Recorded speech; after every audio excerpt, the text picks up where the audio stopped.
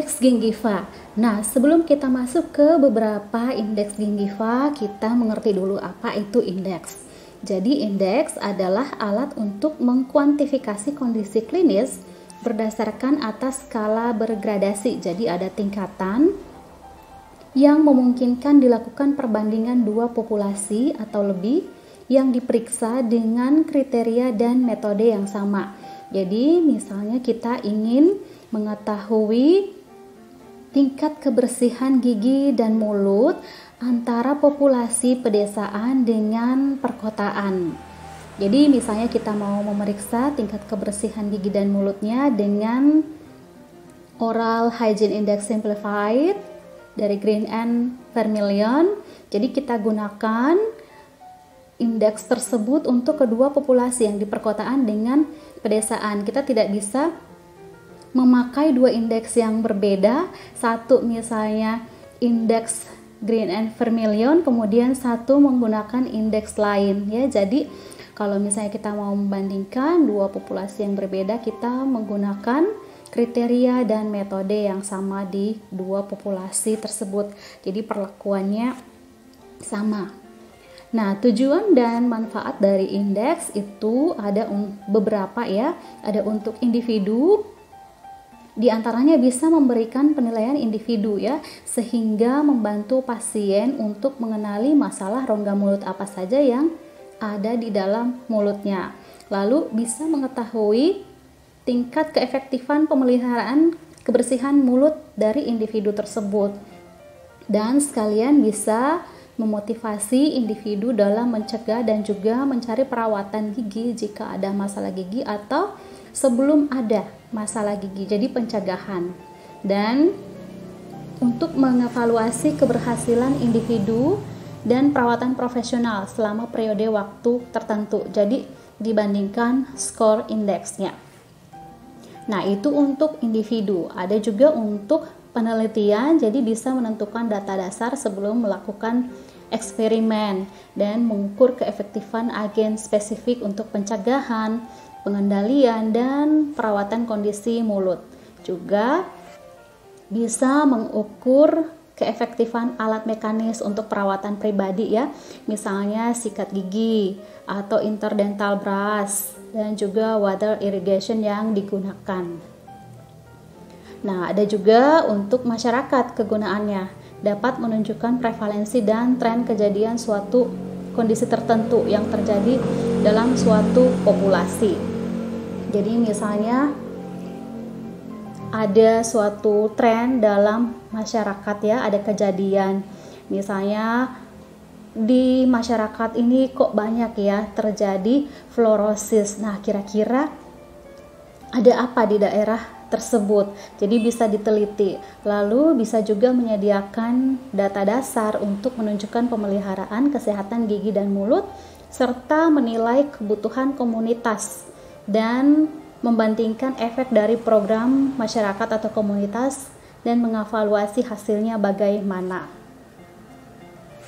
Nah, dalam periodontologi, indeks yang digunakan untuk menilai masalah periodontal itu ada beberapa ya. Ada indeks untuk menilai derajat inflamasi jaringan dari gingiva, kemudian indeks untuk mengukur derajat kerusakan periodontal, indeks untuk mengukur jumlah plak yang terakumulasi pada gigi, lalu jumlah kalkulus yang ada dan menilai kebutuhan perawatan. Nah, dari beberapa indeks ini, pada saat ini kita akan membahas mengenai gingivitis index ya. Jadi ada banyak sebenarnya ya, cuman yang dibahas pada kali ini ada 3, yaitu pertama bleeding on probing atau BOP dari Ainamo dan Bai pada tahun 1975 dikembangkan ya. Lalu ada juga papilla bleeding index dari Sasser dan juga gingival index Lu and Silnas pada tahun 1963.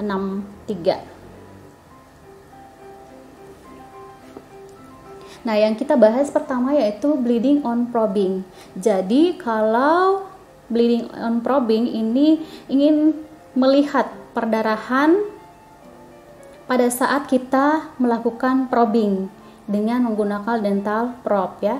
Jadi semua permukaan gigi itu dinilai apakah terjadi perdarahan pada saat probing. Jadi kalau terjadi perdarahan kita memberikan tanda plus, atau kalau tidak ada perdarahan kita beri tanda minus.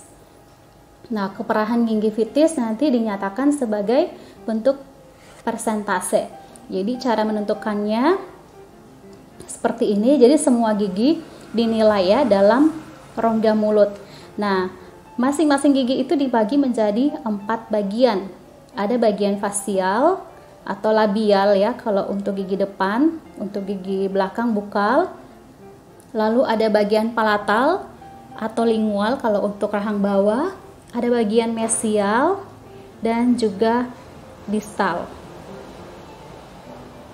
Nah, saya harap untuk angkatan ini sudah mengetahui ya masing-masing bagian permukaan gigi.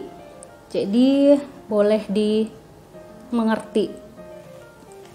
Nah, kemudian kita menilai dengan menggunakan probe. Jadi kita masukkan probe di daerah sulcus gingivanya ya. Lalu kita lihat apakah terjadi perdarahan atau tidak. Jadi di keempat sisi. 4 permukaan, labial, palatal, mesial, dan distal. Semua gigi. Kecuali ini kalau giginya tidak ada, kita tidak periksa. Nah, setelah kita periksa, kita jumlahkan semua permukaan yang mengalami bleeding dibagi dengan jumlah semua permukaan yang diperiksa dikali 100. Misalnya saja sebagai contoh ya, setelah kita jumlahkan ini semua kita periksa, ini kan ada 27 gigi ya. 31 ya. 31 gigi karena gigi 38-nya tidak ada. Total semua 32. 31 gigi berarti semua gigi yang diperiksa, permukaan yang diperiksa itu 31 kali 4 permukaan 1 gigi ya, berarti jumlah permukaan yang dievaluasi yang diperiksa yaitu 124. Jadi pembaginya 124. Nah, berapa permukaan yang mengalami bleeding itu kita jumlahkan. Jadi misalnya ini adalah 71 hasilnya. Nah, jadi kita bagi 71 dibagi 124 dikali 100, yaitu 57%. Jadi keparahan gingivitis dinyatakan sebagai persentase untuk bleeding on probing.